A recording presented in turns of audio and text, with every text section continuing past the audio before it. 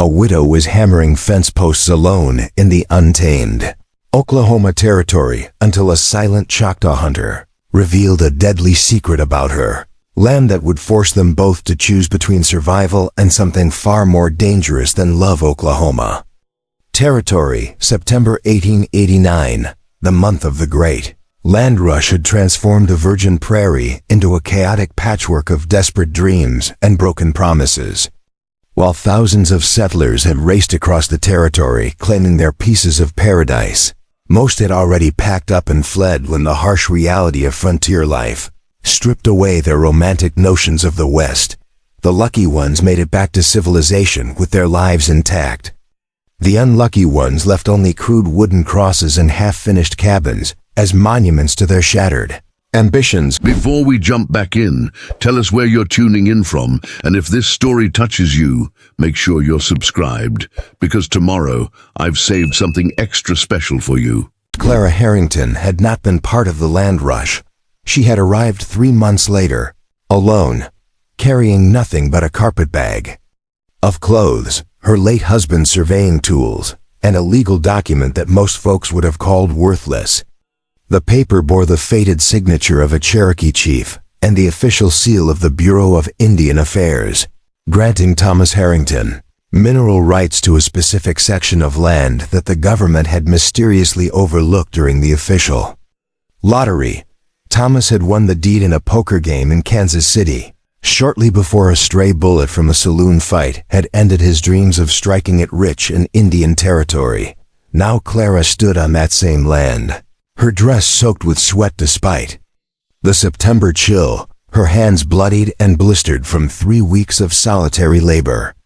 The fence post in front of her stood crooked and defiant, mocking her efforts to drive it deep enough into the unforgiving earth to hold against the prairie winds. Each swing of the sledgehammer sent vibrations up her arms that made her teeth ache, and each missed blow reminded her that she was attempting something that even seasoned men with help struggled to accomplish. But Clara Harrington had not traveled 800 miles to be defeated by stubborn wood and harder ground. The homestead she was building sat in a natural depression between 2 rolling hills, sheltered from the worst of the wind but isolated from any neighboring settlements. The nearest town, Guthrie, lay 23 miles to the northeast, a hard day's ride through country that remained largely unmapped and frequently hostile. She had chosen this location not for its convenience or safety, but because Thomas's deed specified exact coordinates that placed her claim squarely in the middle of what appeared to be worthless grazing land. What the deed didn't mention, and what Clara had discovered only after weeks of careful surveying with her husband's instruments, was that her property sat directly above what appeared to be a significant underground water source. Water was the most precious commodity in the territory. While other settlers dug wells that ran dry after a few months, Clara's preliminary tests suggested that her land contained enough groundwater to supply not just a farm, but potentially an entire community. If she could prove her claim and protect her borders, she could sell water rights that would make her wealthy beyond her wildest dreams.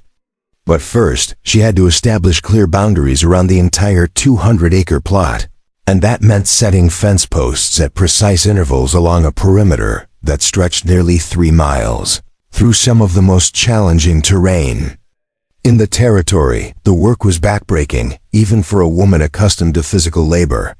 Clara had grown up on her father's farm in Missouri, where she had learned to handle tools and livestock with the competence that frontier life demanded.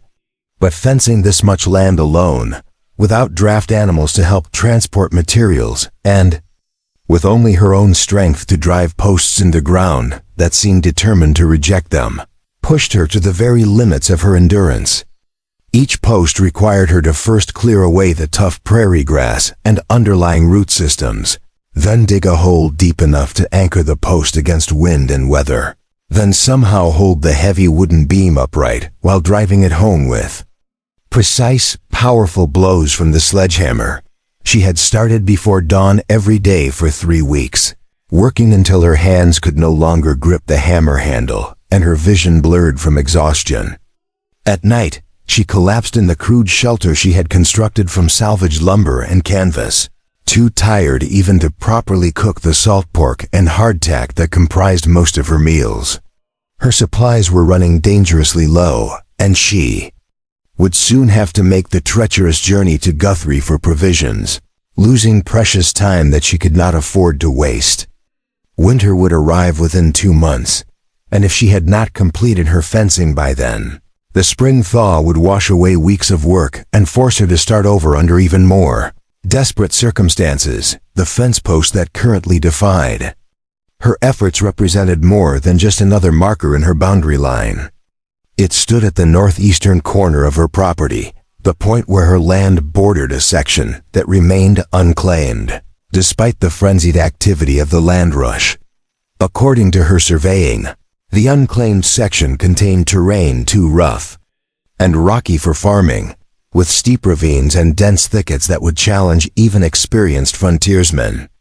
Most settlers had taken one look at the area and moved on to easier prospects, leaving it as a natural buffer between Clara's claim and the nearest inhabited homesteads. What those settlers had not realized, and what Clara was beginning to understand, through careful observation, was that the unclaimed section served as home to wildlife that had been driven from more populated areas. Deer trails crisscrossed the ravines, leading to hidden water sources that sustained not only the animals, but also the scattered bands of Native Americans who had refused to accept relocation to the designated reservations. These groups moved through the wilderness with the ghost-like silence that had made them legends among white settlers, appearing and disappearing without warning, taking what they needed from abandoned homesteads and avoiding contact with the territorial authorities who would forcibly remove them if discovered. Clara had glimpsed evidence of their presence during her surveying work. Carefully concealed campsites where fires had been built with the skill that left minimal trace. Game trails that showed signs of recent hunting activity. Tracks in the soft earth near water sources that belonged to unshod horses carrying skilled riders.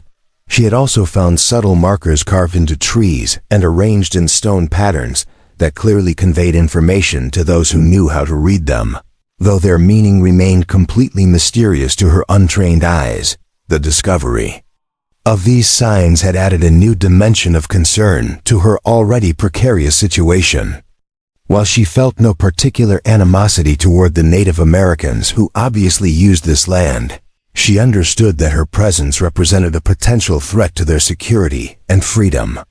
If territorial authorities learned that Indians were living in the area, they would organize hunting parties to track them down and force them onto reservations, destroying the delicate balance that had allowed both the wildlife and the people to coexist in relative peace. At the same time, Clara could not ignore the possibility that these hidden neighbors might view her fencing project as an act of aggression, an attempt to claim exclusive ownership of resources that they considered part of their ancestral heritage. This morning, as she struggled with the stubborn fence post that seemed determined to remain crooked no matter how many times she adjusted its position, Clara found herself scanning the surrounding hills with increasing frequency. A prickle of unease had been growing at the back of her neck for the past hour, the peculiar sensation that comes from being watched by unseen eyes.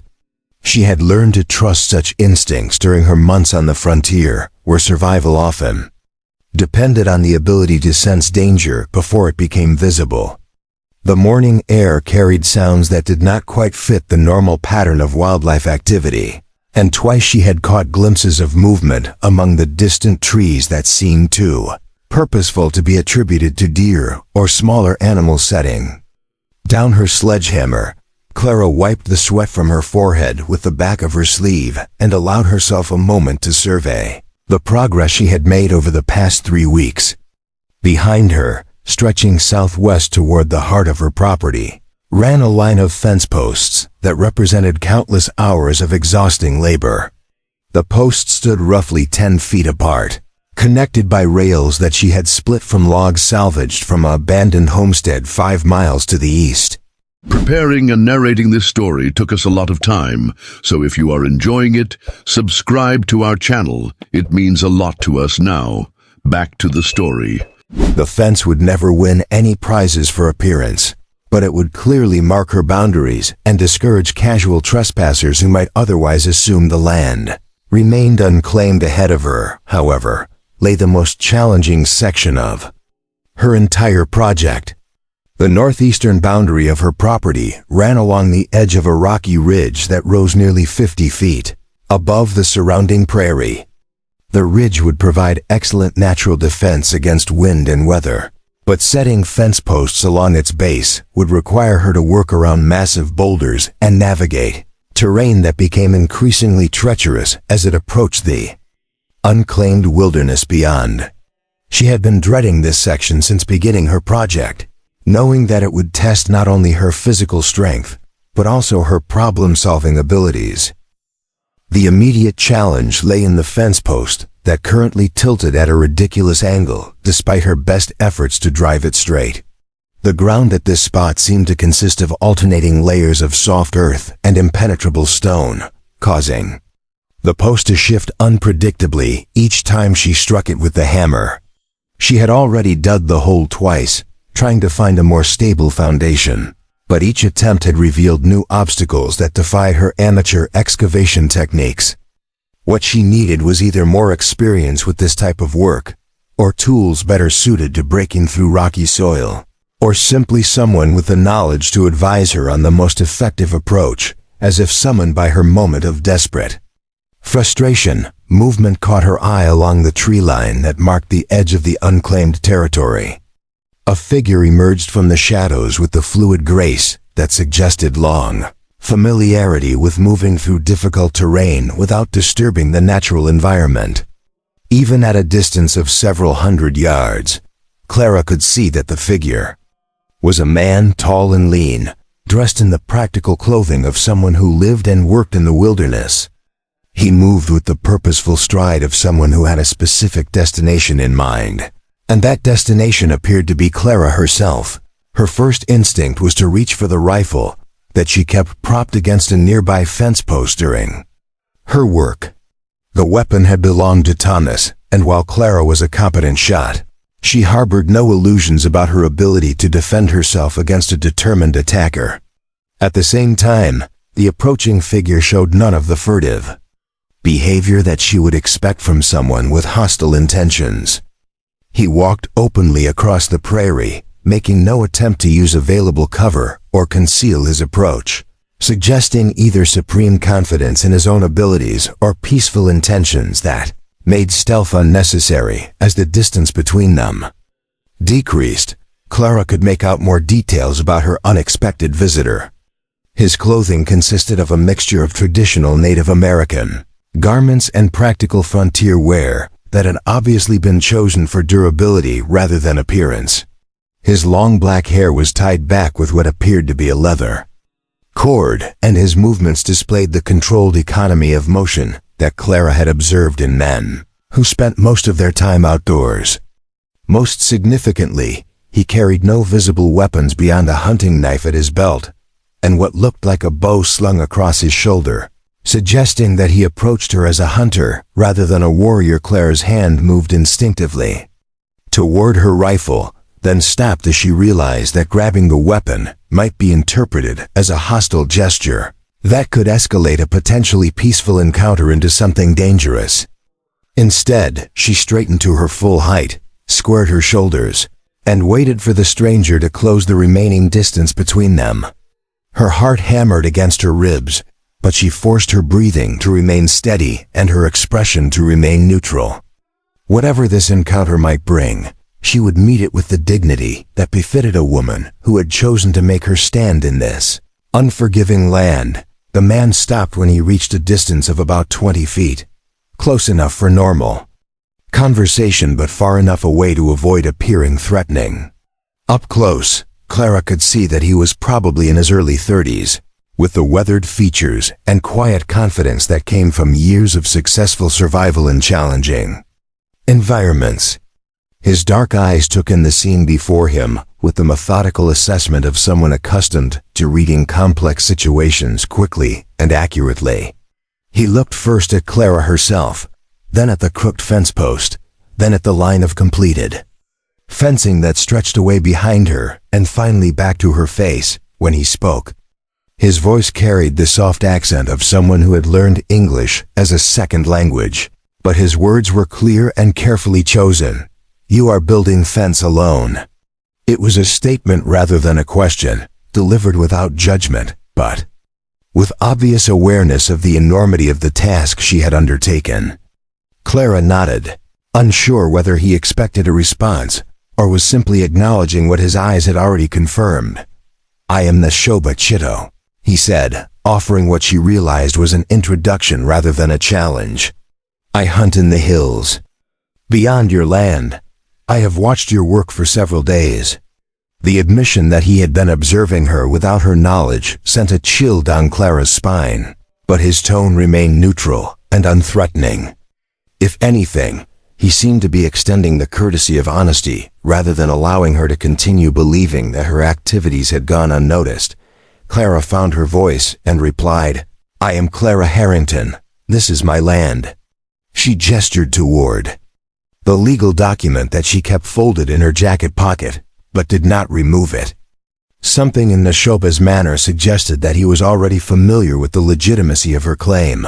Though she could not imagine how he might have acquired such knowledge, Shappa nodded slowly, then stepped closer to examine the problematic fence post that had been frustrating Clara's efforts all morning.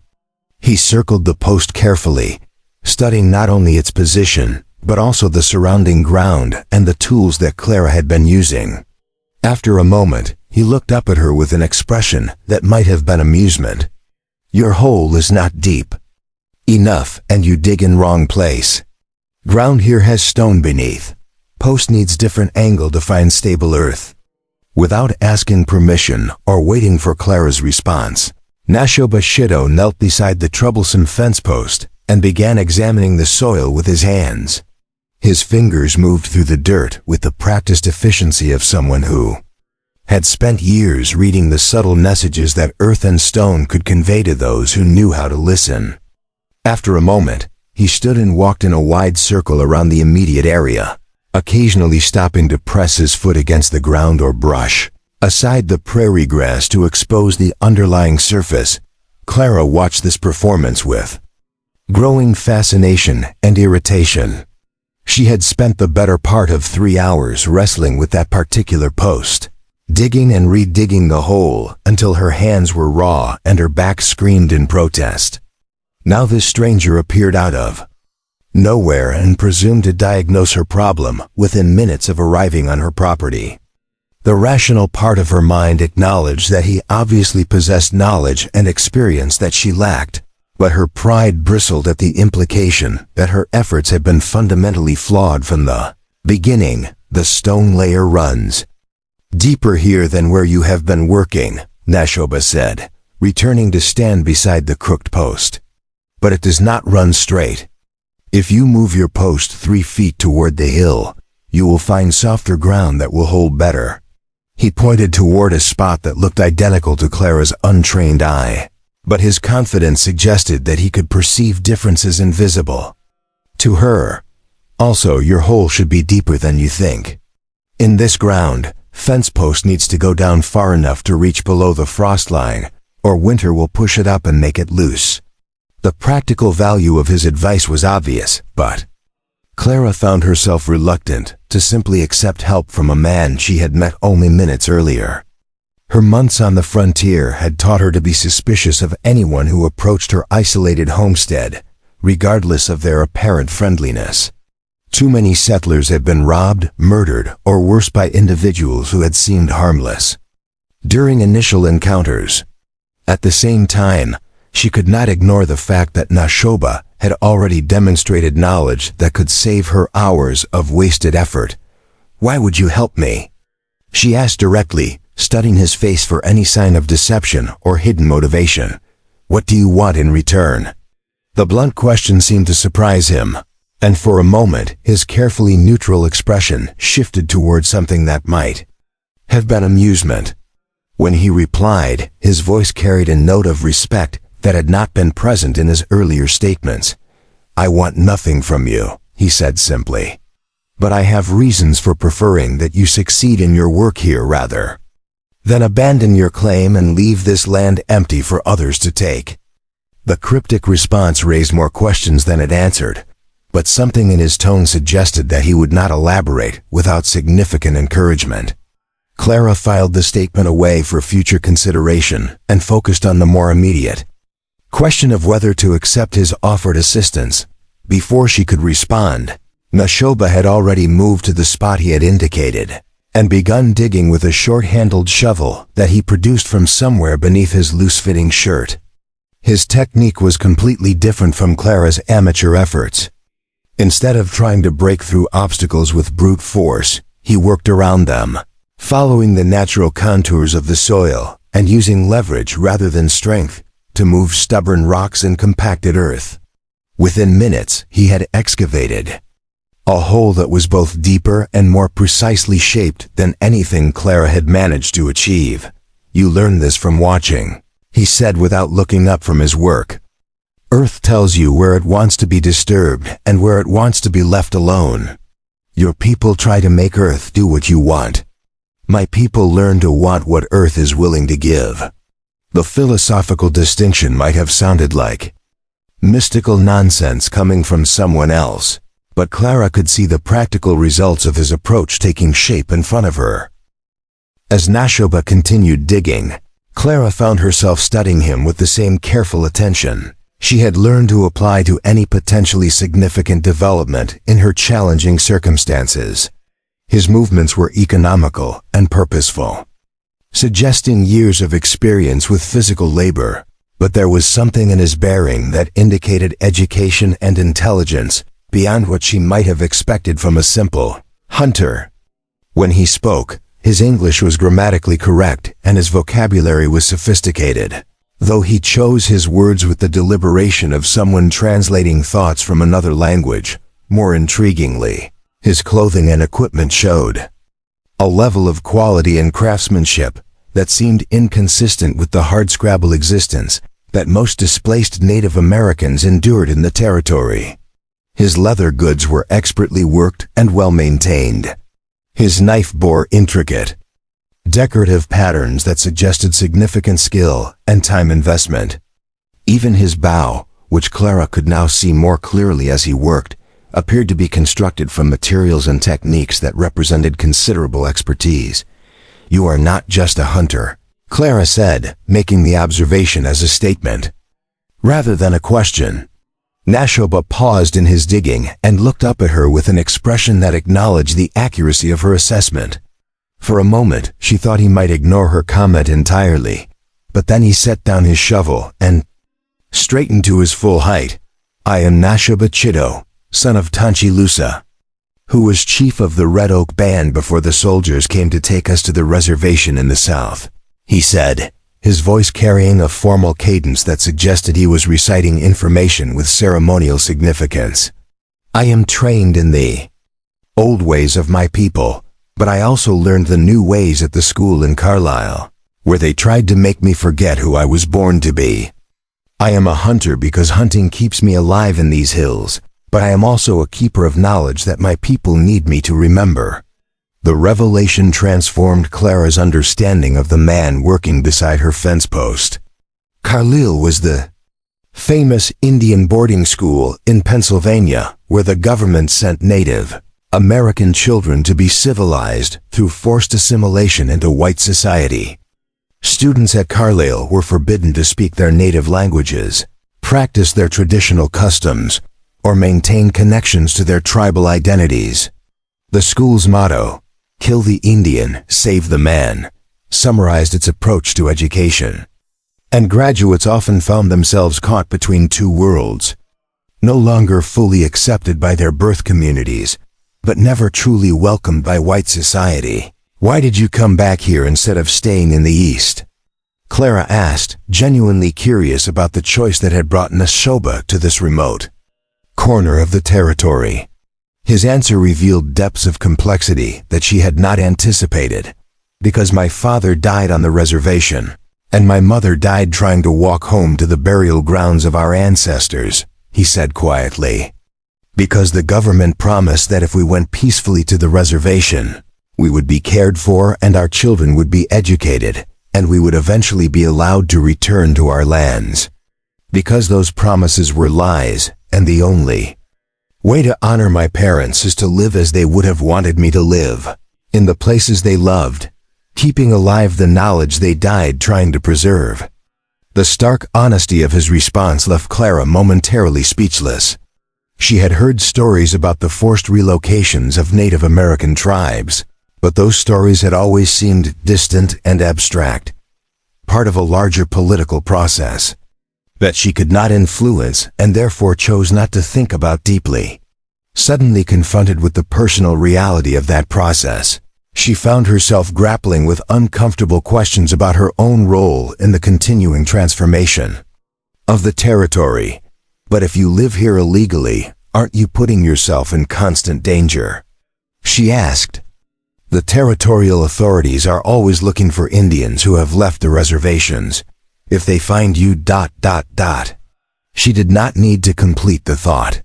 Both of them knew that captured runaways faced imprisonment, forced return to the reservations. Under armed guard, or worse, Shappa smiled for the first time since their conversation had begun. But it was not an expression of humor. I am in danger every day that I draw breath in this place, he said. But I am more in danger if I go back to the reservation, where my people die of diseases and despair and slow starvation. Here I can hunt and live as a man should live. Here, I can remember the stories my grandmother told me and teach them to others when the time comes. Here, I can be Choctaw instead of a failed white man. His words carried a weight of conviction that Clara found both admirable and deeply troubling. She understood the courage required to choose such a precarious existence, but she also understood the inevitability of the government's expansion into every corner of the territory. Shappa might be able to survive in the wilderness for months, or even years, but eventually the advancing wave of settlement and development would eliminate the hiding places that made his freedom possible. Is that why you're helping me? She asked. Because you think having a settler on this land is better than having the government claim it directly?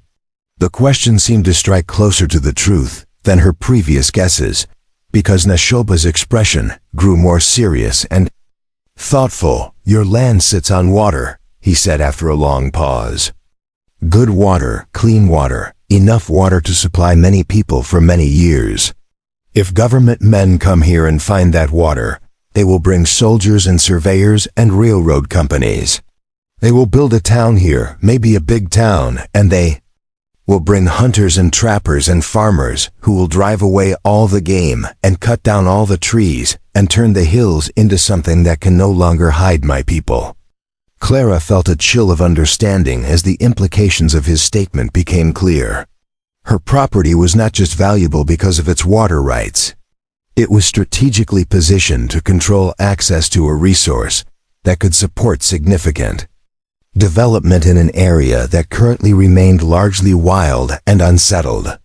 If she succeeded in establishing her claim and began selling water to other settlers, she might inadvertently trigger exactly the kind of rapid development that would destroy the delicate balance that allowed Shappa and others like him to survive in the territory. But if I keep the land and use the water carefully, without attracting too much attention, ... She began working through the logic of his position.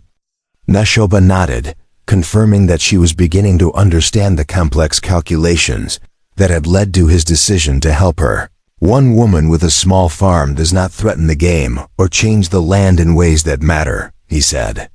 One woman who knows that her neighbors include people who wish to remain unseen might choose to be careful about who she invites to visit her property and what she tells them about what she has found here. The statement was not quite a request and not quite a threat, but Clara understood that she was being offered a bargain. whose terms extended far beyond the simple question of fence-building assistance. The hole that Shappa had dug while they talked was now deep enough and wide enough to accommodate the fence posts with room for proper bracing and drainage.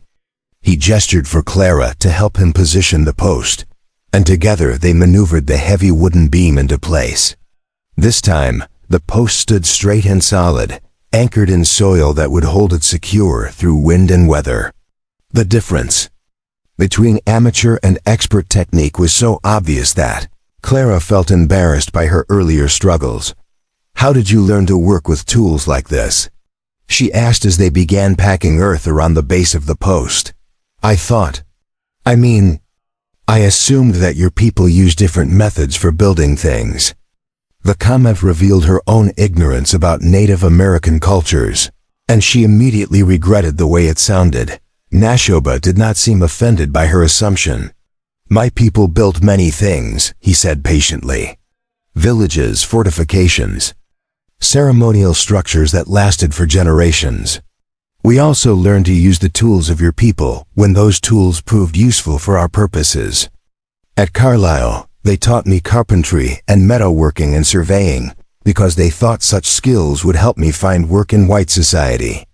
They did not realize that the same skills would help me build better shelters and weapons when I returned to live in the old way." As they worked together to secure the fence post, Clara found herself reassessing everything she thought she knew about the situation she had stumbled into by claiming this particular piece of land.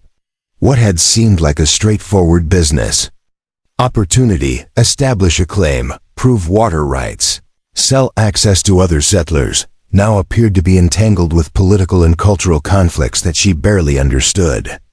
Her success or failure might determine not just her own financial future, but also the fate of people like Shappa, who depended on the continued existence of wild spaces for their survival. "There are others like you living in these hills?" she asked, though she suspected she already knew the answer. Shappa's response confirmed her growing understanding of the complexity of her situation. "There are families, elders, children whose parents died on the reservation and who have nowhere else to go," he said. "There are young men like me who refuse to accept that our way of life must end just because the government says it must end. There are women who remember the old medicines and the old ceremonies and who teach these things to anyone willing to learn. We are not many, but we are enough to keep alive what needs to be kept alive." The fence post now stood as solid and straight as any that Clara had managed to install during her 3 weeks of solitary labor. More importantly, it had been completed in a fraction of the time she would have required working alone, and with techniques that she could apply to the remaining sections of her project. But as she looked at the line of posts stretching away behind her, Clara realized that the physical challenge of completing her fence had become secondary to the much more complex challenge of navigating the web of relationships and responsibilities that came with her claim to this land. "If I agree to be careful about how I develop this property," she said slowly, "what kind of help could I expect from you and your people?"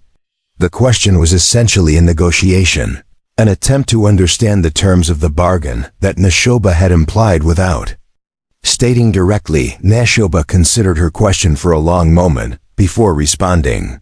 "My people know this land in ways that your surveys and maps cannot show," he said finally. "We know where the water runs strongest and clearest, where the soil is richest for growing crops, where the game trails lead, and what seasons bring the best hunting. We know which plants can heal sickness and which ones can kill, which trees provide the best wood for building, and which ones should be left alone for the animals. We know when storms are coming and when the rivers will flood and how to read the signs that tell you whether a winter will be hard or mild." The offer was remarkable in its scope and implications. Partnership with Shappa and his people would provide Clara with access to knowledge and expertise that could mean the difference between success and failure in her efforts to establish a sustainable homestead. More than that, it would give her allies who understood the land and could help her avoid the countless pitfalls that had destroyed other settlers' dreams. But it would also make her complicit in harboring fugitives from federal law, a crime that could result in her own imprisonment or worse if discovered. And what would you expect from me in return? Clara asked, knowing that no alliance came. Without obligations and wanting to understand exactly what she might be committing herself to. Nashoba's answer revealed the depth of thought he had already given to this possibility. Discretion, he said simply. Silence about our presence here and care in choosing who you invite to visit your land. Help when we need supplies that we cannot obtain through hunting and gathering, salt, metal tools, cloth, medicines. Warning if you learn that soldiers or territorial authorities plan to search this area. And eventually, if you succeed in proving your water rights, perhaps some arrangement that allows my people to continue using the springs and streams that have sustained our families for generations. The term seemed reasonable, even generous, considering the value of what Nashoba was offering in exchange.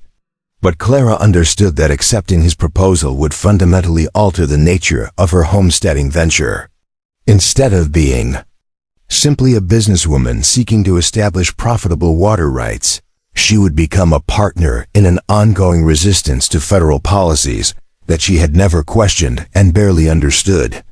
Before she could formulate a response, Nashoba raised his hand in a gesture that demanded immediate silence.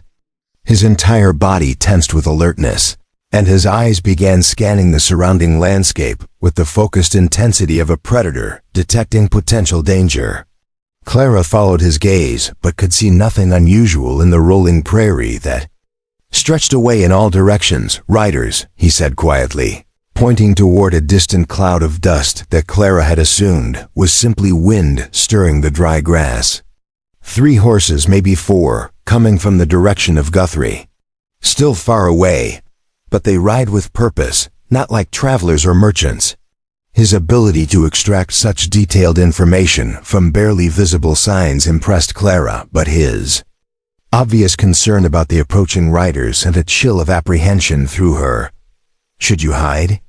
She asked, suddenly aware that discovery of Nashoba on her property could create exactly the kind of complications that she was least prepared to handle, but he shook his head, his expression grim but determined. Too late for hiding now, he said. If they have been watching from a distance, they have already seen me here with you. Running away would only make them more suspicious and bring more trouble later. He paused, studying the approaching dust cloud with the concentration of someone making rapid tactical calculations.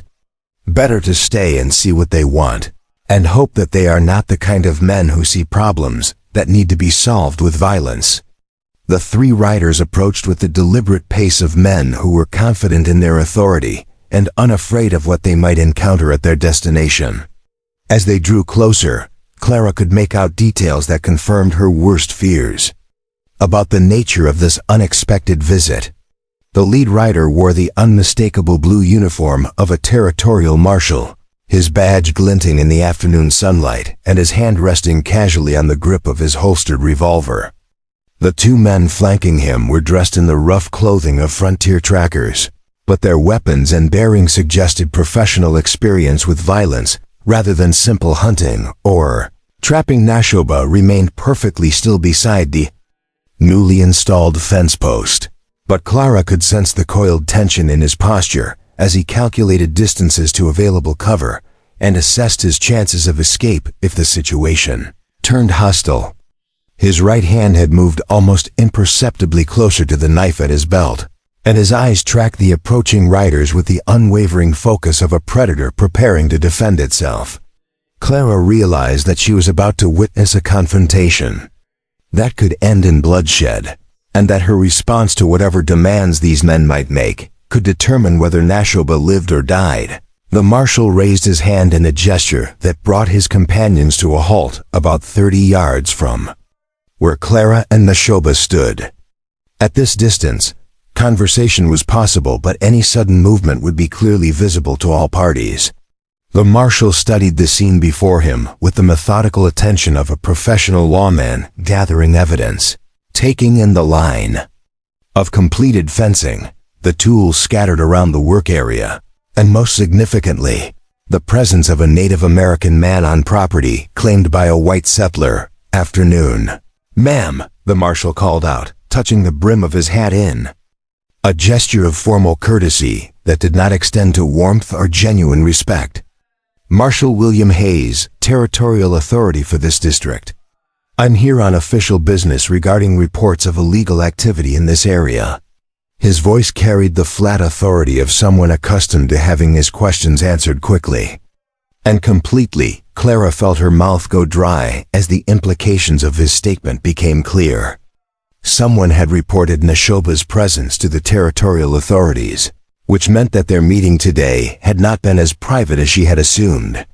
Worse, the marshal's phrasing suggested that he already considered Nashoba's presence on her land to be evidence of criminal activity, which put both of them in immediate legal jeopardy. "What kind of illegal activity?" Clara asked, forcing her voice to remain steady despite the fear that was making her heart race. She needed to understand exactly what the marshal knew or suspected before she could decide how to respond to his questions. Any misstep now could result in Nashoba's arrest or worse, and might also jeopardize her own claim to the property. Marshal Hayes dismounted from his horse with the fluid motion of someone who had spent most of his adult life in the saddle. His two companions remained mounted but spread apart slightly, positioning themselves to control different angles of approach in case their quarry attempted to flee. The tactical precision of their movements suggested significant experience with apprehending dangerous fugitives. Reports of Indians living illegally off the reservation, Hayes said bluntly, his eyes fixed on Nashoba with undisguised suspicion. Hunting unclaimed land, stealing from settlers, threatening white women working alone in isolated areas. The accusations were clearly designed to provoke a reaction, and Clara saw Nashoba's jaw tighten with suppressed anger at the calculated insults embedded in the marshal's words. "This man hasn't threatened me or stolen anything," Clara said quickly, hoping to diffuse the tension before it escalated into violence. "He's been helping me with my fence work. I hired him to assist with the labor." The lie came naturally, born of desperation and a growing understanding that the truth might prove more dangerous than deception. Hayes laughed, but there was no humor in the sound. "You hired a reservation jumper to help with your fence? Ma'am, that's like hiring a wolf to guard your chickens.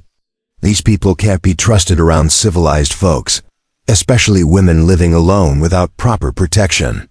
His contempt for both Nashoba and Clara's judgment was evident in every word.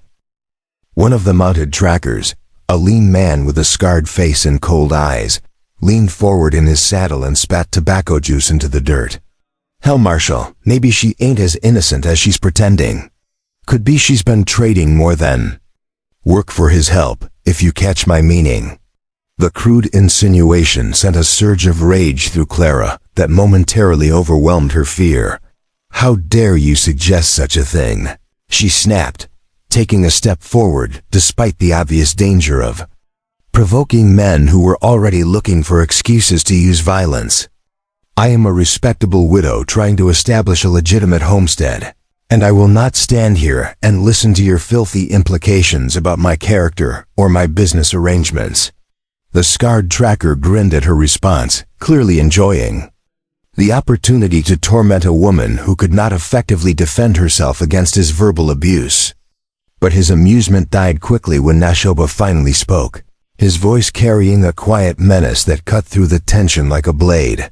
"You will apologize to the lady for your disrespect," Nashoba said, his English now carrying the precise, formal diction he had learned at Carlisle, "or you will answer to me for your insult." The challenge was unmistakable, and Clara realized with growing horror that Nashoba was deliberately escalating the confrontation despite being outnumbered. And outgunned Marshal Hayes stepped between his tracker and Nashoba, his hand now openly gripping his revolver. "Nobody's apologizing to anybody until I get some answers," he said harshly. "You got a name, Indian?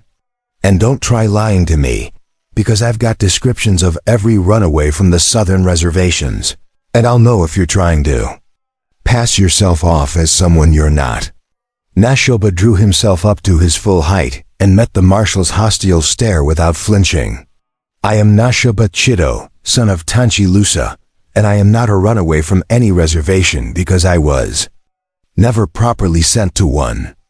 My people were promised that we could remain on our ancestral lands if we agreed to peaceful coexistence with white settlers, and those promises were broken by your government, not by us. The marshal's expression shifted from suspicion to grim satisfaction as he recognized the significance of Shappa's admission. Shappa Chitto, he repeated slowly, as if savoring the sound of the name. Well, well. Boys, looks like we struck gold today. This here's one of the Indians from the Red Oak Band that's been causing trouble all over the territory. There's a $50 bounty on his head, dead or alive, for resisting federal authority and inciting other Indians to leave the reservations. Clara felt the blood drain from her face as she realized that Shappa had essentially signed his own death warrant by revealing his true identity. The bounty system meant that these men had powerful financial incentives to capture or kill him, regardless of whether he had actually committed any crimes. More immediately dangerous, the marshal's reference to dead or alive suggested that they might prefer the simpler option of shooting him rather than attempting a risky arrest. The second tracker, who had remained silent until now, reached for the rifle slung across his saddle. $50 is good money, he said conversationally. And it's a lot easier to transport a dead Indian than a live one. Save us all the trouble of a trial and appeal process. His casual discussion of murder as a matter of practical convenience made Clara's stomach turn with revulsion and fear. Wait, she said desperately, knowing that she had only seconds before the situation exploded into lethal violence. You can't just shoot an unarmed man on my property. There are laws about due process and proper arrest procedures, even for Indians. If you kill him here, you'll have to explain to your superiors why you couldn't take a single man alive when you had 3 armed men and the advantage of surprise. Marshal Hayes paused, considering her argument with the calculating expression of someone weighing potential benefits against possible complications. Clara could see him working through the political ramifications of different courses of action, and she pressed her advantage by appealing to his professional self-interest rather than his humanity. Besides, she continued, if this man is as important as you say, wouldn't your superiors prefer to question him about the location of other fugitives before executing him? Dead men can't provide information about their accomplices or hiding places. You might be throwing away the chance to capture an entire band of runaways for the sake of a quick $50 bounty. The marshal's hand relaxed slightly on his gun, suggesting that Clara's argument was having some effect. But before he could respond, Shappa made a move that changed everything about the tactical situation. Instead of waiting passively for his fate to be decided by others, he stepped forward and placed himself directly between Clara and the armed men facing them. The woman speaks truth about the value of information, he said calmly, but she does not understand the full situation that brings you here today. You have not come seeking bounty money or information about other runaways. You have come because someone told you that this land contains water rights worth more than all the Indian bounties in the territory, and you want to eliminate any complications that might interfere with your plans to claim those rights for yourselves. The accusation hit its target with devastating accuracy. Clara saw the marshal's face flush with anger and guilt, confirming that Shappa had correctly identified the true motivation behind this confrontation. The water rights she had worked so hard to establish were apparently valuable enough to attract the attention of corrupt officials, who were willing to use their authority to steal what they could not legally claim. You're talking nonsense. Indian, Hayes said, but his voice lacked the conviction it had carried earlier. We're here on legitimate law enforcement business, nothing more. The denial might have been believable if not for the guilty looks that passed between the marshal and his trackers. Revealing their complicity in whatever scheme Shappa had exposed, Shappa smiled grimly, pressing his advantage with the ruthless efficiency of someone who had learned to exploit his enemy's weaknesses. "The lady's surveying documents are filed with the territorial office in Guthrie," he said. "Any attempt to claim her land illegally will require forged papers and false testimony, which means you need her to disappear along with me. But if she dies on the same day that I am killed resisting arrest, even corrupt territorial judges will ask uncomfortable questions about the coincidence." Clara realized with mounting horror that Shappa was describing a conspiracy that extended far beyond simple Indian hunting. These men had apparently planned to murder both of them and steal her land rights through some combination of forged documents and official corruption.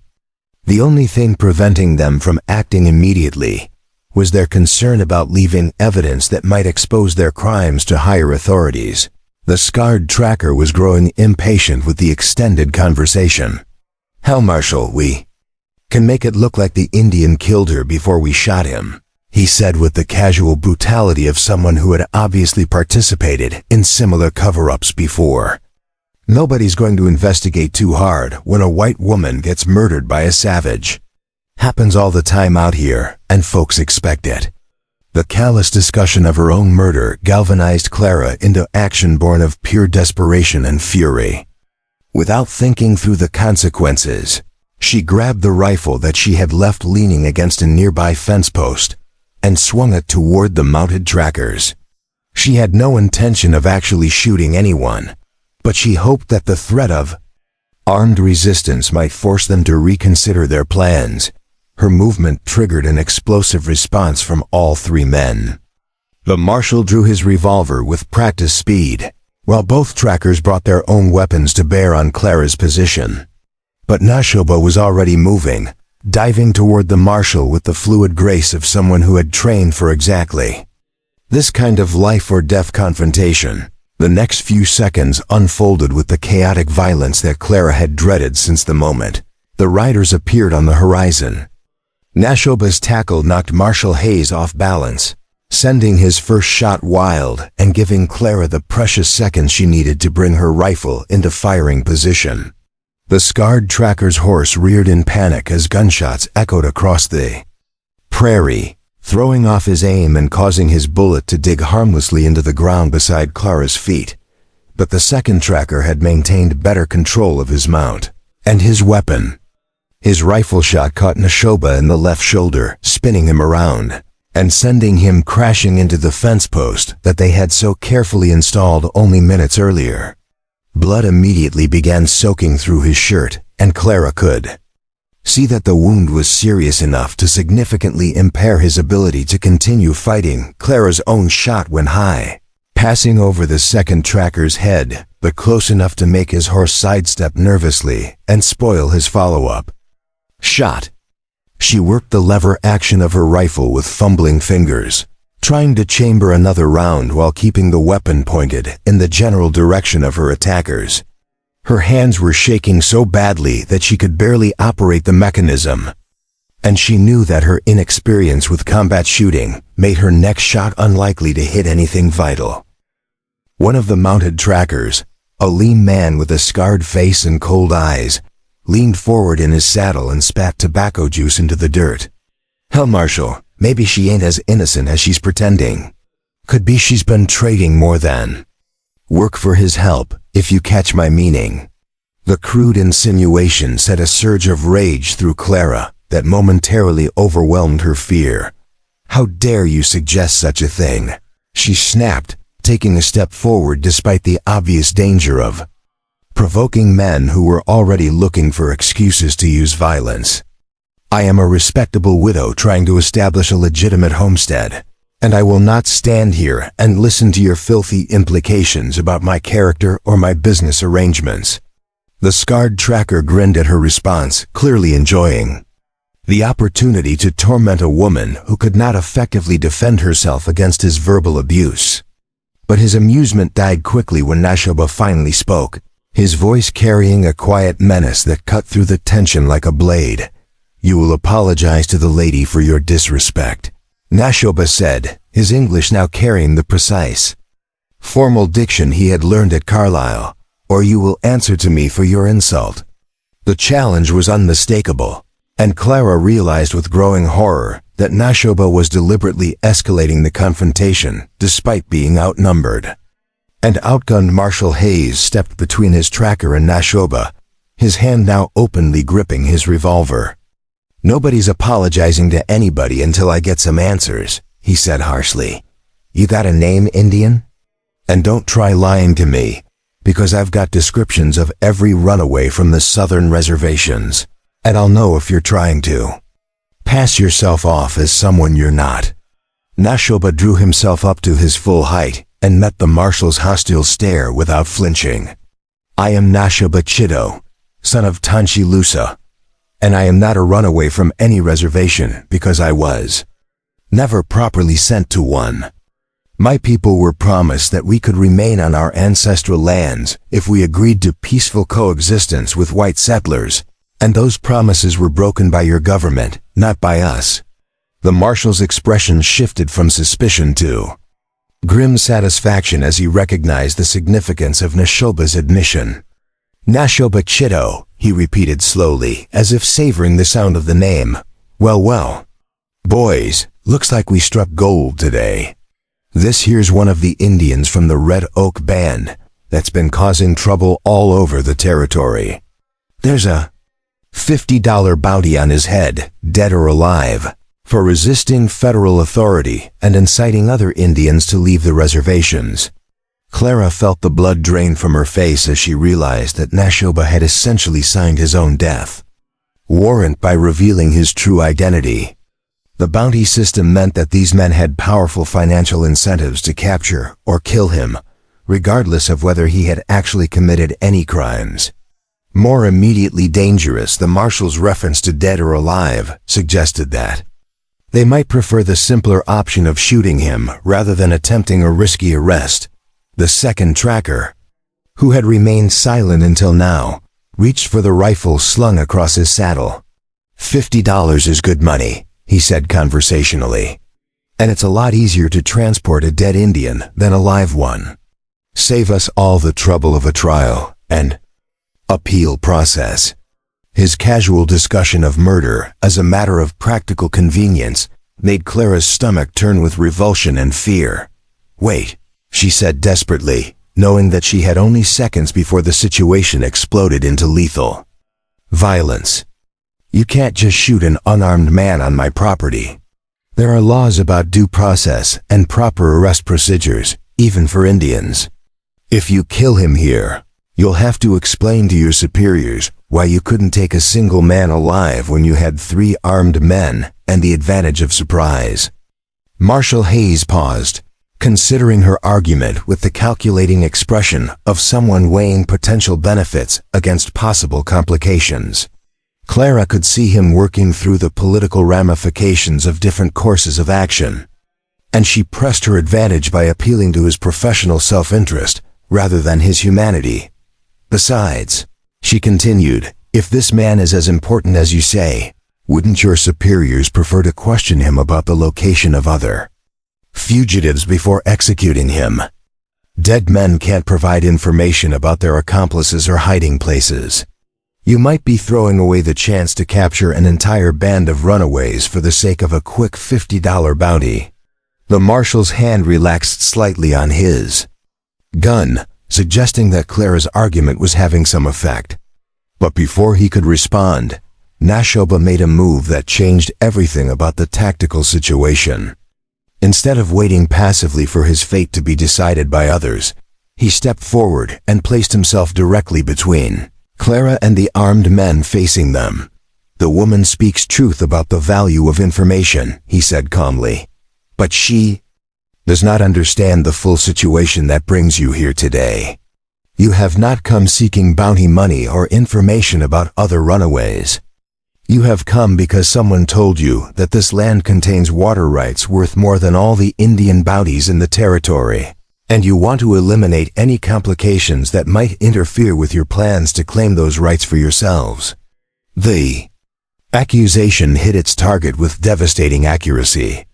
Clara saw the marshal's face flush with anger and guilt, confirming that Shappa had correctly identified the true motivation behind this confrontation. The water rights she had worked so hard to establish were apparently valuable enough to attract the attention of corrupt officials, who were willing to use their authority to steal what they could not legally claim. "You're talking nonsense." "Indian," Hayes said, but his voice lacked the conviction it had carried earlier. "We're here on legitimate law enforcement business, nothing more." The denial might have been believable if not for the guilty looks that passed between the marshal and his trackers, revealing their complicity in whatever scheme Shappa had exposed.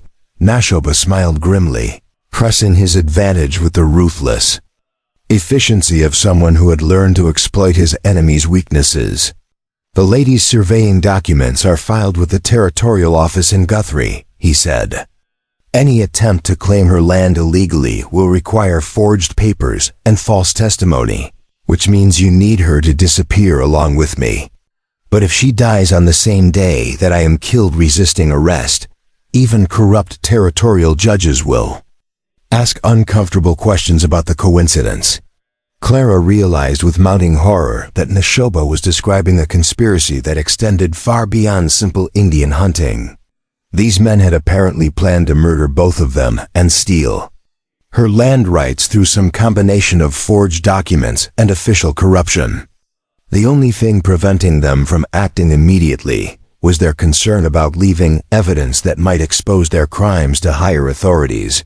The scarred tracker was growing impatient with the extended conversation. "Hell, Marshal, we can make it look like the Indian killed her before we shot him," he said with the casual brutality of someone who had obviously participated in similar cover-ups before. "Nobody's going to investigate too hard when a white woman gets murdered by a savage. Happens all the time out here, and folks expect it." The callous discussion of her own murder galvanized Clara into action born of pure desperation and fury. Without thinking through the consequences, she grabbed the rifle that she had left leaning against a nearby fence post and swung it toward the mounted trackers. She had no intention of actually shooting anyone, but she hoped that the threat of armed resistance might force them to reconsider their plans. Her movement triggered an explosive response from all three men. The marshal drew his revolver with practiced speed, while both trackers brought their own weapons to bear on Clara's position. But Shappa was already moving, diving toward the marshal with the fluid grace of someone who had trained for exactly this kind of life-or-death confrontation. The next few seconds unfolded with the chaotic violence that Clara had dreaded since the moment the riders appeared on the horizon. Shappa's tackle knocked Marshal Hayes off balance, sending his first shot wild and giving Clara the precious seconds she needed to bring her rifle into firing position. The scarred tracker's horse reared in panic as gunshots echoed across the prairie, throwing off his aim and causing his bullet to dig harmlessly into the ground beside Clara's feet. But the second tracker had maintained better control of his mount and his weapon. His rifle shot caught Shappa in the left shoulder, spinning him around and sending him crashing into the fence post that they had so carefully installed only minutes earlier. Blood immediately began soaking through his shirt, and Clara could see that the wound was serious enough to significantly impair his ability to continue fighting. Clara's own shot went high, passing over the second tracker's head, but close enough to make his horse sidestep nervously and spoil his follow-up shot. She worked the lever action of her rifle with fumbling fingers, trying to chamber another round while keeping the weapon pointed in the general direction of her attackers. Her hands were shaking so badly that she could barely operate the mechanism, and she knew that her inexperience with combat shooting made her next shot unlikely to hit anything vital. Marshal Hayes had recovered from Shappa's tackle and was raising his revolver for a shot that would almost certainly prove fatal at such close range. But as his finger tightened on the trigger, a new sound cut through the chaos of gunfire and shouting horses. From the hills beyond Clara's property came the distinctive whistle of arrows in flight, followed immediately by the meaty thud of steel points striking human flesh. The scarred tracker pitched forward in his saddle with a Choctaw arrow protruding from between his shoulder blades, his rifle clattering to the ground as his nerveless fingers lost their grip.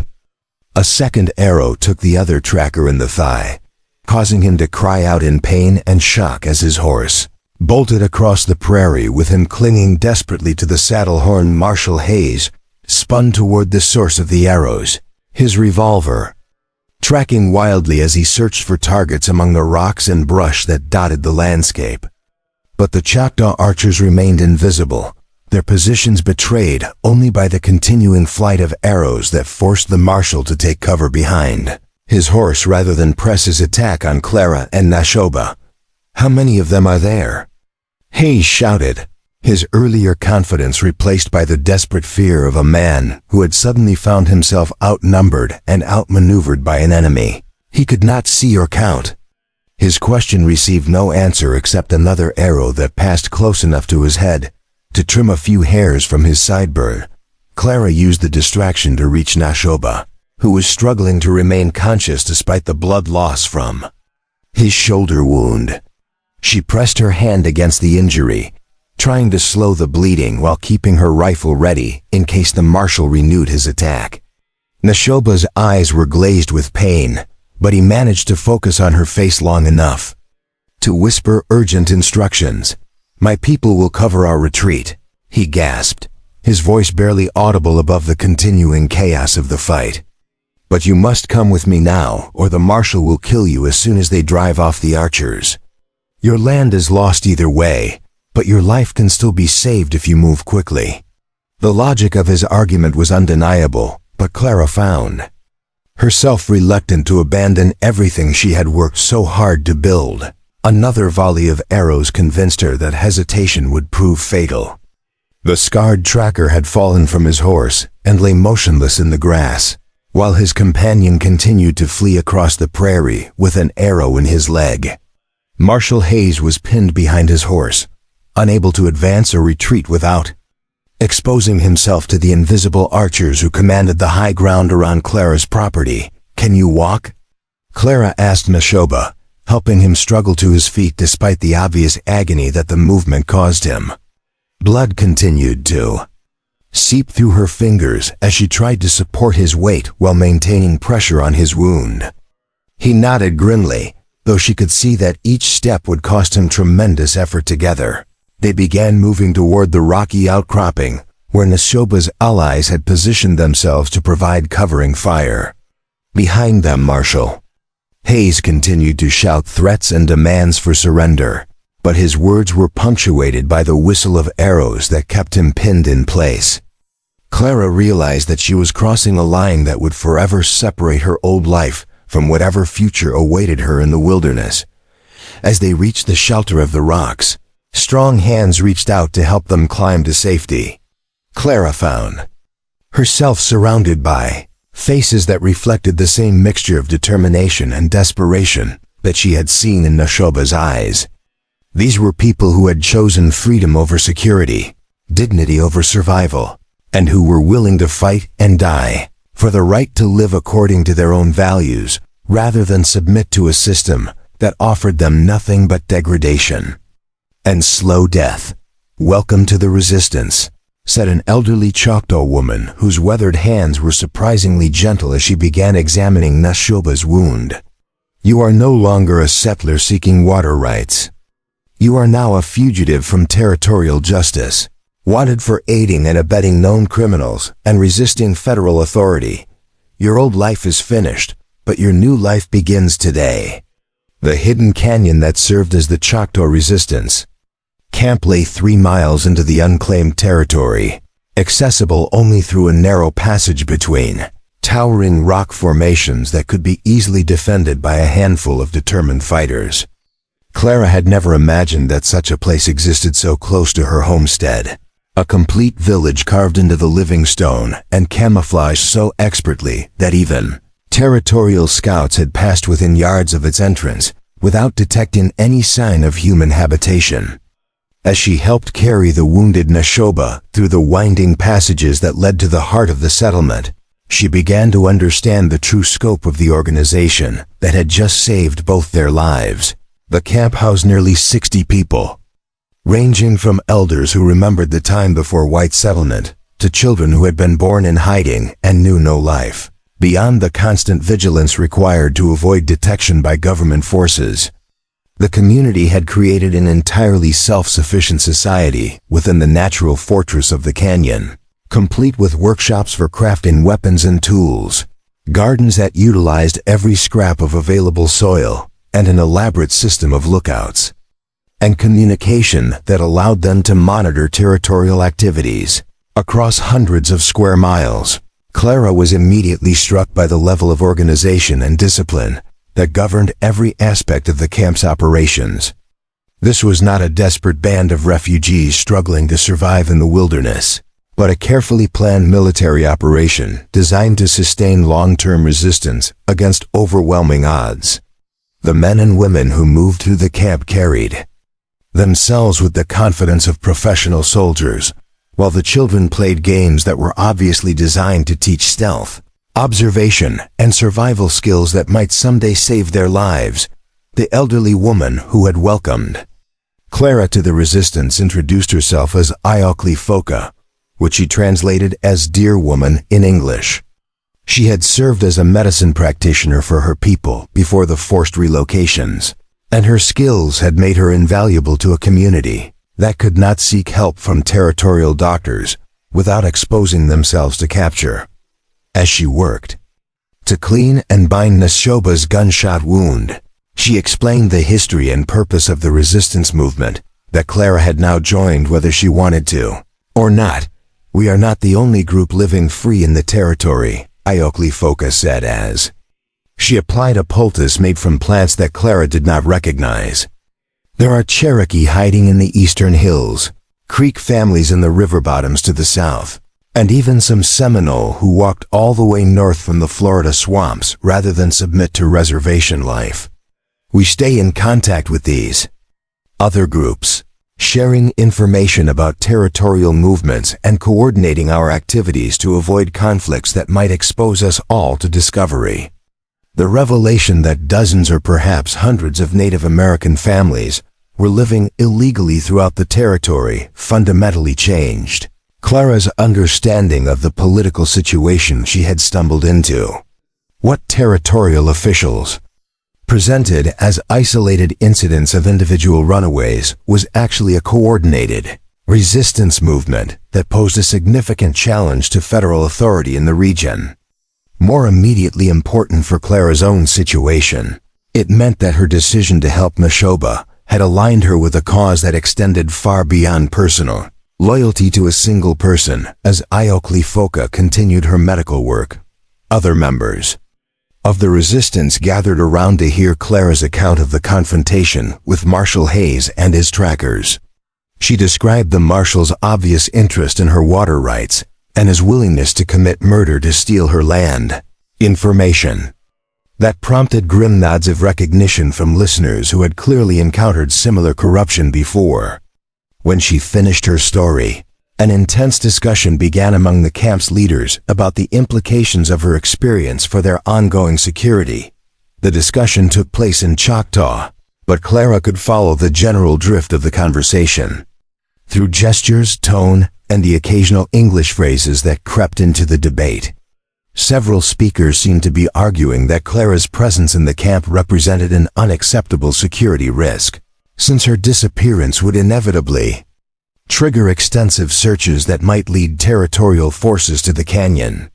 Others appeared to be defending her right to sanctuary based on her willingness to fight alongside Nashoba and her value as a potential source of information about government activities. Nashoba, despite his injury and obvious pain, struggled to participate in the discussion from his position on the blanket where Iokli Foka had placed him for treatment. His contributions to the debate seemed to carry significant weight with the other speakers, and Clara gradually realized that his status within the resistance was much higher than she had assumed. He was not simply a young hunter who had chosen to live illegally off the reservation, but apparently an important leader whose opinions influenced major decisions about strategy and policy. The debate continued for nearly an hour before reaching what appeared to be a consensus. A middle-aged man who had been introduced as Loman Tusconi, the camp's war chief, turned to address Clara directly in heavily accented, but grammatically correct English. His manner was formal and serious, befitting someone who was about to deliver information that would determine the course of her future life.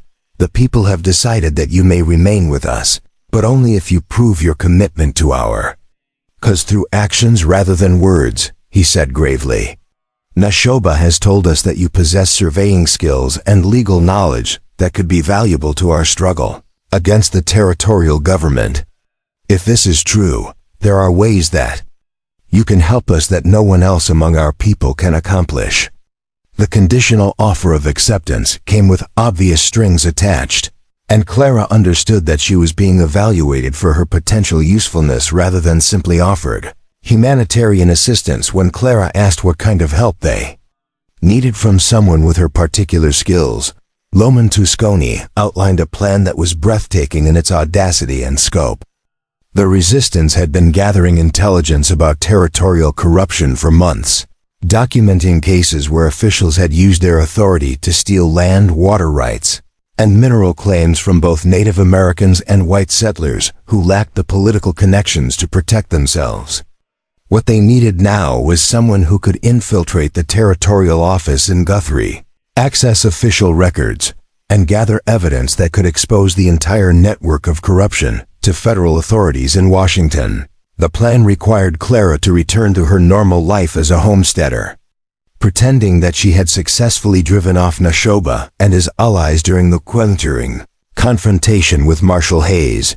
She would need to convince territorial officials that she was a loyal citizen who deserved their protection and support, while secretly gathering information about their illegal activities and passing that intelligence back to the resistance. The role would require her to become a double agent, maintaining her cover as a vulnerable widow while working to expose the men who had tried to murder her. The risk is enormous, Loman Tusconi acknowledged. If you are discovered, you will face charges of treason against the territorial government, and such charges are often settled with summary execution rather than formal trials. But if you succeed, you may be able to destroy the corruption that threatens not only our people, but also honest settlers like yourself who simply want to build decent lives in this land. The choice he offered was stark: accept a mission that might well prove fatal, or remain in the canyon as a permanent exile from the only life she had ever known. Clara found herself thinking about the months of solitary labor she had invested in establishing her homestead, the dreams of financial independence that had sustained her through countless hardships, and the simple desire for a secure home that had motivated her journey to the territory in the first place. All of those goals now seemed impossibly naive, given what she had learned about the realities of territorial politics. Her choice was not between safety and danger, but between different forms of resistance to a system that would destroy her regardless of whether she fought back. What evidence do you already have? She asked, beginning to work through the practical implications of the mission that Loman Tusconi had described. If she was going to risk her life on such a dangerous undertaking, she wanted to understand exactly what she would be trying to accomplish, and what resources would be available to support her efforts. The answer revealed the impressive extent of the intelligence network that the resistance had developed over months of careful observation and infiltration. They had documented dozens of cases where territorial officials had falsified land records, accepted bribes to overlook mineral rights claims, and collaborated with private individuals to steal property from legitimate owners. They had identified the key players in the corruption network and traced the flow of money and influence that connected territorial offices to business interests in Kansas City and St. Louis. What they lacked was access to the official documentation that would be required to prove their allegations to federal investigators, who might be willing to take action against territorial corruption. The records they needed were stored in the territorial office in Guthrie, protected by locks and guards that made conventional burglary impossible. But a respected settler who had legitimate business with the territorial government might be able to gain access to those records through legal channels, especially if she presented herself as a potential ally rather than a suspected enemy. As Clara listened to the detailed intelligence briefing that followed, she began to appreciate the sophistication of the operation that she was being invited to join. This was not a desperate last stand by a defeated people, but a carefully planned campaign of resistance that utilized every available resource and opportunity to fight back against overwhelming odds. The men and women who surrounded her had transformed themselves from victims of government persecution into active agents working to expose and defeat the corruption that threatened their survival. The medical treatment that Shappa was receiving also demonstrated the level of preparation and expertise that characterized every aspect of the resistance operation. Iokli Foka's knowledge of traditional healing methods had been supplemented by medical supplies and techniques acquired through a network of sympathetic contacts that extended far beyond the territory. The wound in Shappa's shoulder was serious but not life-threatening, and his recovery would be aided by medicines that were more effective than anything available to most frontier communities. As the immediate crisis of Shappa's injury began to stabilize, Clara found herself alone with him for the first time since the violent confrontation that had shattered her old life. The conversation that followed revealed depths to their relationship that neither of them had fully acknowledged during their earlier interactions, and established the emotional foundation that would sustain them through the dangerous mission that lay ahead. "I never intended for you to become involved in our struggle," Shappa said quietly, his voice still weak from blood loss, but his eyes alert and focused. "When I decided to help you with your fence, I thought I could keep our worlds separate, take what assistance you were willing to offer without endangering you with knowledge of our activities. I underestimated how quickly the territorial government would move against anyone who threatened their plans for your land." Clara had been wondering about the same question since their arrival at the canyon. The timing of Marshal Hayes's visit seemed too convenient to be coincidental, suggesting that someone had been monitoring her activities and had reported Shappa's presence almost immediately after their first meeting. The implications were disturbing, because they suggested that the corruption network included informants who could observe and report on events in even the most isolated areas of the territory. "How could they have known so quickly that you were helping me?" she asked. "We had been working together for less than 3 hours before those riders appeared, and I don't see how word could have traveled to Guthrie and back in such a short time." The question had been troubling her since the attack, because understanding how their enemies gathered intelligence would be crucial to avoiding detection during any future operations. Shappa's expression grew grim as he considered the implications of her question. "There are 2 possibilities," he said slowly.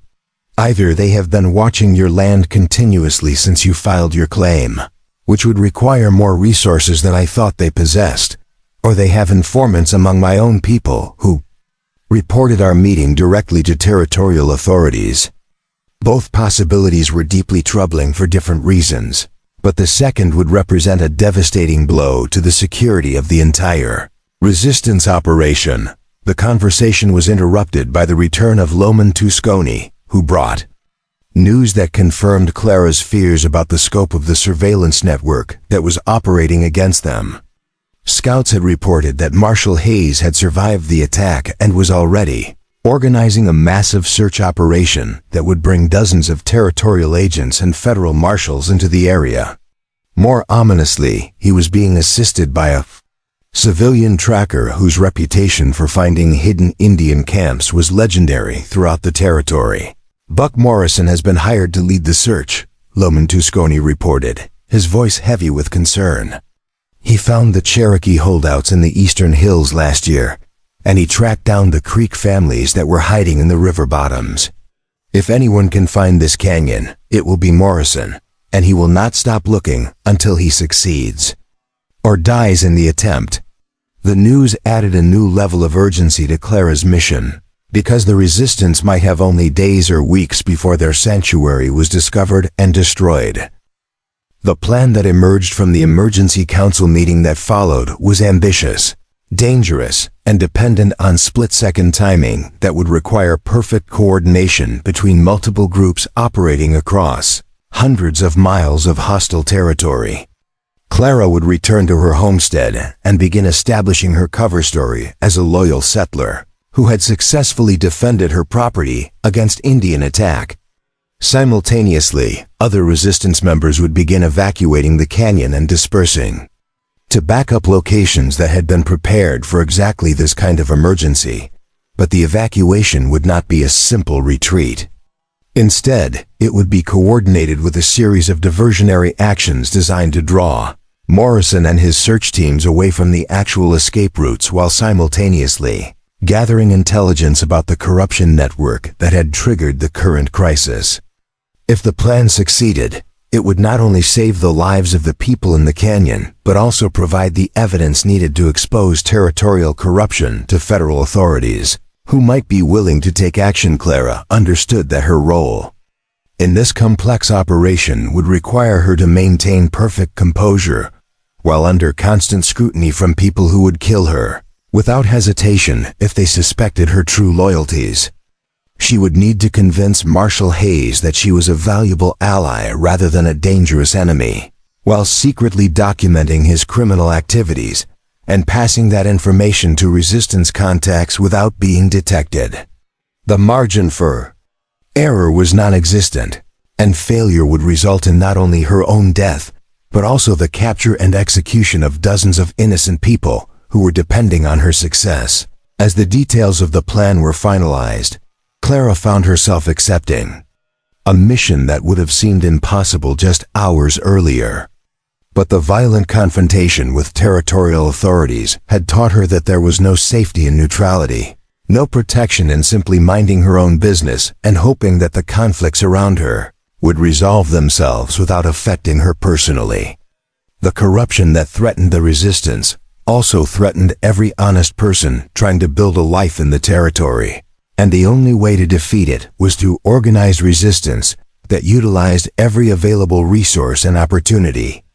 Last conversation she had with Shappa, before beginning her mission, established the personal stakes that would motivate her through the dangerous weeks ahead. They both understood that they might never see each other again, and that success or failure would depend on their ability to trust each other completely despite being separated by distance and circumstances that would make communication extremely difficult. "If you do not return from this mission," Shappa said, gripping her hand with surprising strength despite his injury, "I want you to know that meeting you changed everything about how I understood what was possible in this land. You showed me that there are white people who can see beyond their own immediate interests, who can understand that our struggle is also their struggle, and who are willing to risk everything for the chance to create something better than what exists now." Clara felt tears stinging her eyes as she realized that she was saying goodbye to a man who had become far more important to her than she had allowed herself to acknowledge. "When this is over," she said firmly, "we will build something together that neither the territorial government nor the federal authorities can destroy. Your knowledge and my resources, combined with the courage of your people, can create a community where everyone has the chance to live with dignity and freedom." The promise was ambitious beyond anything that either of them had previously imagined, but it represented the only future worth fighting for. Clara's return to her homestead after 3 days in the hidden canyon required every ounce of acting ability she possessed to maintain the facade that would keep her alive. She had to appear as a traumatized widow who had barely survived an Indian attack, shaken but determined to continue building her claim despite the dangers that surrounded her isolated property. The bullet holes in her fence posts and the bloodstains on the ground provided convincing evidence of the violent confrontation. But Clara knew that Marshal Hayes would be watching for any inconsistency in her story that might reveal her true Allegiances, the cover story that the resistance had helped her develop, was simple, enough to be believable while complex enough to explain any unusual details that investigators might discover. She would claim that Shappa had approached her homestead with peaceful intentions, offering to help with her fence work in exchange for food and supplies. When Marshal Hayes arrived to arrest him, the situation had escalated into violence that resulted in casualties on both sides before the surviving Indians had fled into the wilderness. Clara had been forced to defend herself but had remained loyal to territorial authority throughout the ordeal. What made the deception particularly challenging was that Clara had to convince not only Marshal Hayes, but also Buck Morrison, whose reputation for reading tracks and detecting deception was legendary throughout the territory. Morrison possessed an almost supernatural ability to reconstruct events from physical evidence, and any detail that contradicted Clara's official account could expose her as a resistance sympathizer. The margin for error was so small that Clara found herself rehearsing every gesture and facial expression that might be scrutinized. During the interrogation she knew was coming, she did not have to wait long for that interrogation to begin. Marshal Hayes arrived at her homestead less than 12 hours after her return, accompanied by Morrison and a squad of territorial agents, who immediately began examining the scene with the methodical thoroughness of professional investigators. Clara watched from her cabin window as Morrison studied the ground around the fence posts, following tracks that were invisible to her untrained eyes, and occasionally making notes in a leather-bound journal that he kept in his shirt pocket. When Hayes finally approached her cabin, his manner was superficially courteous but clearly suspicious. He had obviously spent considerable time developing questions, designed to trap her in contradictions or reveal knowledge that she should not possess if her story were true. Clara understood that this conversation would determine whether she lived or died, and whether the resistance mission that depended on her success would have any chance of achieving its objectives. Mrs. Harrington, Hayes began, removing his hat in a gesture of formal respect that did not extend to warmth or genuine sympathy. I want to express the territorial government's regret for the violence that occurred on your property 3 days ago. We understand that you were placed in great danger by the criminal actions of the Indians who attacked you, and we want to ensure that you receive all the protection and support that law-abiding citizens deserve in this territory. The carefully worded statement was obviously designed to elicit specific responses that would reveal Clara's true attitudes toward the territorial government and its policies. She responded with exactly the mixture of gratitude and lingering fear that would be expected from someone in her supposed situation, thanking Hayes for his concern while expressing anxiety about the possibility of future attacks on her isolated homestead. I must admit that I'm frightened about continuing to live here alone, Clara said, allowing genuine emotion to color her voice as she thought about the very real dangers that surrounded her mission. When that Indian approached me, I thought he seemed peaceful enough, but when you arrived and tried to arrest him, everything changed so quickly. I've never seen such violence, and I don't know if I have the courage to face something like that. Again, Hayes nodded sympathetically, but Clara could see him filing away every detail of her response for later analysis. Can you tell me exactly what happened during the initial encounter?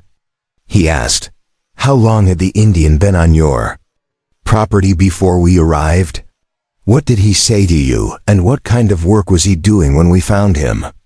The questions were designed to establish a precise timeline that could be compared with other evidence to detect any discrepancies. Clara had prepared for exactly these questions during her time in the canyon, working with resistance members to develop responses that would be consistent with the physical evidence, while concealing the true nature of her relationship with Shappa.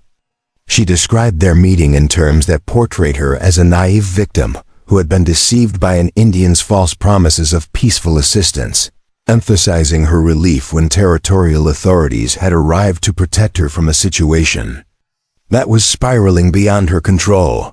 He said his name was something I couldn't pronounce, Clara lied smoothly, and he claimed that he just wanted to help with my fence work in exchange for some food. I was suspicious, but I was also desperate for help with the heavy labor, and he seemed to know what he was doing with the tools. When I saw you riding up, I was actually relieved, because I had been getting more and more worried about being alone with him. Morrison had been silent during this initial questioning, but Clara could feel his eyes studying her with the intensity of a predator evaluating potential prey. When he finally spoke, his voice carried the flat certainty of someone who had spent years distinguishing truth from deception through observation of subtle behavioral cues. "Interesting thing about those tracks around your fence posts," Morrison said conversationally. "Shows two people working together for quite a while, maybe 3 or 4 hours, moving back and forth between different sections of the fence line. Doesn't look much like a woman being threatened by a dangerous Indian. Looks more like a cooperative work project between people who trusted each other enough to share tools and coordinate their efforts." Clara felt her heart skip a beat as she realized that Morrison had detected evidence that contradicted her cover story, but she forced herself to maintain the confused and frightened demeanor that her role required. "I don't understand what you mean," she said hesitantly.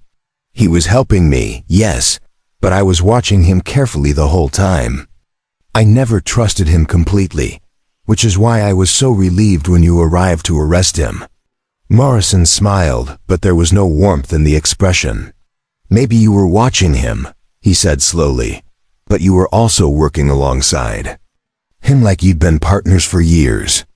The tracks show both of you moving freely around the work area, sharing tools, even taking breaks at the same time. That's not how people behave when one of them is afraid of the other." His analysis was devastatingly accurate, and Clara understood that her mission was already in serious jeopardy. Before she could formulate a response to Morrison's challenge, a commotion outside the cabin drew everyone's attention to a group of riders approaching at high speed across the prairie. Clara recognized the lead rider as Thomas Blackwood, a territorial surveyor who had examined her property during the initial filing of her claim. The urgent pace of his approach and the grim expressions of his companions suggested that they were bringing news of significant importance. Blackwood dismounted near the cabin and immediately sought out Marshal Hayes, speaking in tones too low for Clara to overhear, but urgent enough to capture the complete attention of both Hayes and Morrison. As the conversation continued, Clara could see the official's expressions growing increasingly serious, and she began to fear that some development had occurred that would expose the resistance operation or reveal her own involvement with it. When Hayes returned to the cabin, his manner had shifted from suspicious interrogation to something approaching panic. "Mrs. Harrington," he said urgently, "I need you to pack whatever supplies you can carry and come with us to Guthrie immediately. The situation in this area has become extremely dangerous, and we cannot guarantee your safety if you remain here alone." The sudden change in priorities suggested that whatever news Blackwood had brought superseded their concerns about Clara's potential disloyalty. Clara's mind raced as she tried to understand what could have prompted such a dramatic shift in territorial priorities. If the resistance evacuation had been discovered, Hayes would be organizing pursuit operations rather than protective escorts for civilian settlers. If her own cover had been blown, she would be under arrest rather than being offered sanctuary. The most likely explanation was that some other development had created a crisis that required immediate attention from all available territorial resources. "What's happened?" Clara asked, allowing genuine concern to color her voice. "Has there been another Indian attack somewhere? Are more settlers in danger?" The questions were natural ones for someone in her supposed position, and the answers might provide valuable intelligence about territorial activities that could be useful to the resistance. Blackwood answered before Hayes could stop him, his voice tight with fear and anger. "Buck Morrison found the Indian camp where they've been hiding," he said grimly. "Big operation, maybe 50 or 60 people, all armed and organized like a military unit. But when we got there to arrest them, the whole place was empty except for booby traps and a message written in English on a rock wall. The news sent a chill of apprehension through Clara, who understood that the resistance evacuation had been discovered much sooner than anyone had expected. Morrison's expression was grim as he elaborated on Blackwood's report. Wasn't just empty, he said slowly. Was evacuated recent, maybe within the last day or two, and evacuated by people who knew exactly how to cover their tracks and eliminate evidence. This wasn't a panicked flight by scared refugees. This was a planned withdrawal by people with military training and experience. The professional assessment confirmed Clara's fears about how much territorial authorities now understood about the scope and sophistication of the resistance operation. Hayes turned back to Clara with an expression that combined genuine concern with political calculation. The message they left was a declaration of war against the territorial government. He said bluntly, "They claim that corrupt officials have been stealing land and water rights from both Indians and white settlers, and they promise to take action against anyone involved in such activities. That makes you a potential target, Mrs. Harrington, because your water rights are exactly the kind of valuable property that they might try to claim for themselves." The irony of Hayes expressing concern about Clara being threatened by the very people who were risking their lives to protect her was almost overwhelming, but she forced herself to respond with the gratitude and fear that her cover story required. "You really think they might come back here?" she asked, injecting exactly the right note of vulnerability into her voice. "I don't understand why they would want to hurt me. I've never done anything to harm any Indians." Morrison's response revealed the extent to which territorial authorities misunderstood the resistance movement and its objectives. "These aren't traditional Indians trying to protect their ancestral lands," he said with obvious contempt. "These are educated, organized revolutionaries who have been trained to use violence against government authority. They don't care whether individual white people have treated Indians fairly. They see all territorial development as an act of war against their people, and they're willing to kill anyone who stands in the way of their political objectives." The characterization was so completely wrong that Clara had to struggle to maintain her expression of concerned attention rather than revealing her knowledge of the resistance's true nature and goals. But she also understood that Morrison's misunderstanding could be useful to her mission, because it suggested that territorial authorities would focus their response on military rather than political solutions to the crisis. "What do you want me to do?" Clara asked, presenting herself as a loyal citizen seeking guidance from legitimate authority. "I don't want to abandon my land, but I also don't want to be killed by revolutionaries who think I represent everything they're fighting against." The question was designed to elicit information about territorial plans, while reinforcing her cover as a vulnerable settler who posed no threat to government interests. Hayes's answer revealed the scope of the military response that territorial authorities were planning, information that would be extremely valuable to resistance leaders, who needed to understand the level of force that would be deployed against them. "We're organizing a major operation to hunt down these revolutionaries and eliminate them as a threat to territorial security," he said firmly. "Every available marshal and federal agent will be involved, along with civilian trackers and Indian scouts who can match their wilderness skills. We're also bringing in cavalry units from Fort Sill to provide the kind of firepower needed to deal with organized resistance." The mention of cavalry involvement transformed Clara's understanding of the danger facing the resistance movement.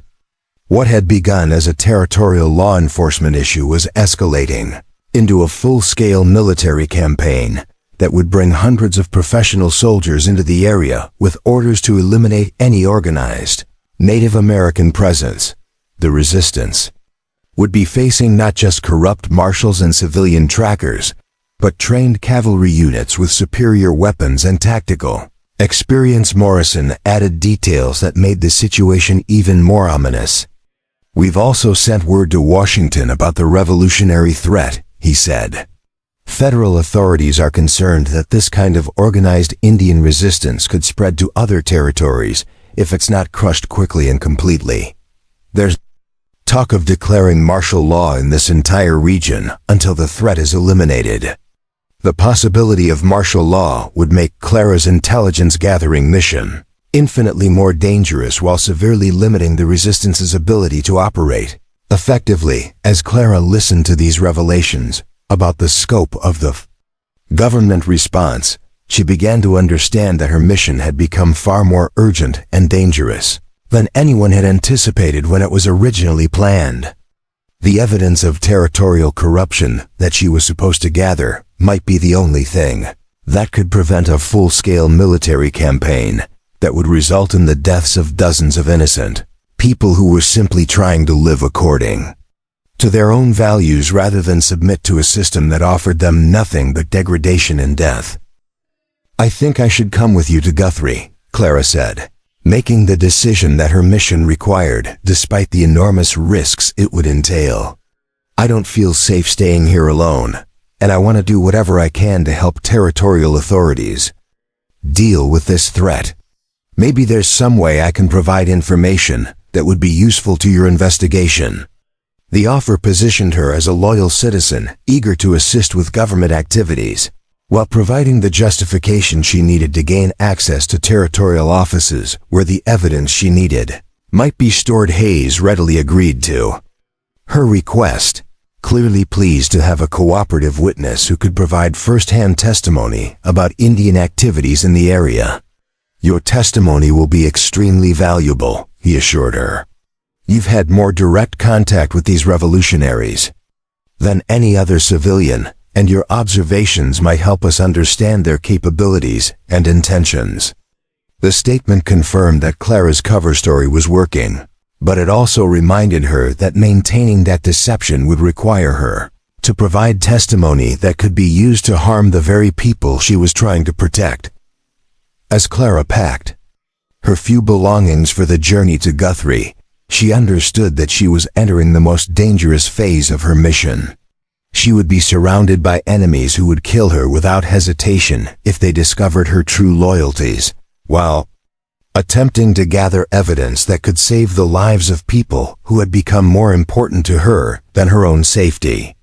The margin for error was non-existent, and success would require her to maintain perfect composure while under constant scrutiny from people trained to detect deception and disloyalty. The last thing she did before leaving her homestead was to hide a message in the location that the resistance had designated for emergency communications. The message contained everything she had learned about territorial plans and military preparations, information that might help resistance leaders adjust their strategies to account for the escalating government response. She could only hope that someone would find and deliver the message before the military operation began in earnest. As she rode away from her homestead, surrounded by territorial officials who considered her a valuable ally in their campaign against the resistance, Clara understood that she was crossing a point of no return in her relationship with both sides of the conflict. Her success or failure in the coming days would determine not only her own fate, but also the survival of a community that had chosen freedom over security and dignity over survival. The stakes could not be higher, and the margin for error could not be smaller. Up next, you've got two more standout stories right on your screen. If this one hit the mark, you won't want to pass these up. Just click and check them out, and don't forget to subscribe and turn on the notification bell so you don't miss any upload from us.